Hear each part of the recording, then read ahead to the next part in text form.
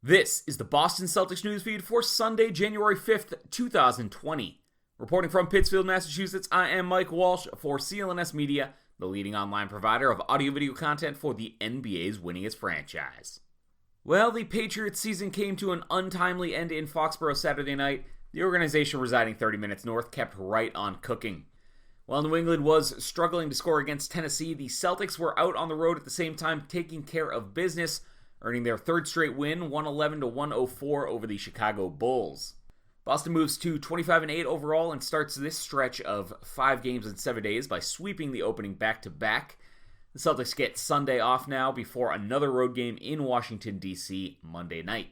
Playing for the second straight night without Kemba Walker, who's been battling the flu, it was another slow start for the C's, who trailed by as much as 12 points in the first quarter, before righting the ship pretty quickly on the strength of Jayson Tatum finding his shot. Tatum, who was 2 of 16 on Friday night at home, he seemed to enjoy the rims in Chicago a bit more. He went for 28 points on 12 of 15 shooting. Boston grabbed the lead midway through the second quarter on back-to-back three-pointers by Jaylen Brown and Grant Williams, making it 49-44. And after the 5-minute mark of the second, the Bulls never led again.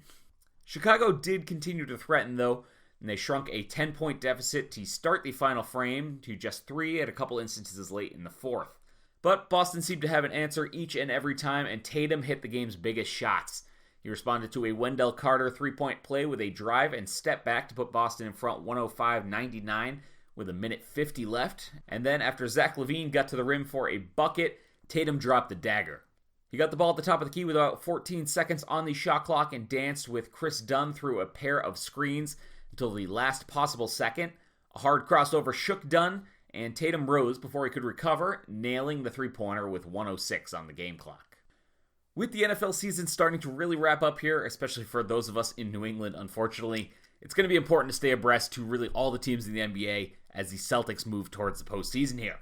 Problem with that is, even if you have NBA League Pass, some of those games are going to be blacked out. So you got to check out ExpressVPN. Go to expressvpn.com/BCN and use it to change your location to a different country. Then you can use things like NBA League Pass with no more blackouts. expressvpn.com/BCN. ExpressVPN works on your computer, your phone, your router, even on your consoles like your Fire TV stick. Whatever you got, expressvpn.com. It's also going to protect you 24/7 from hackers.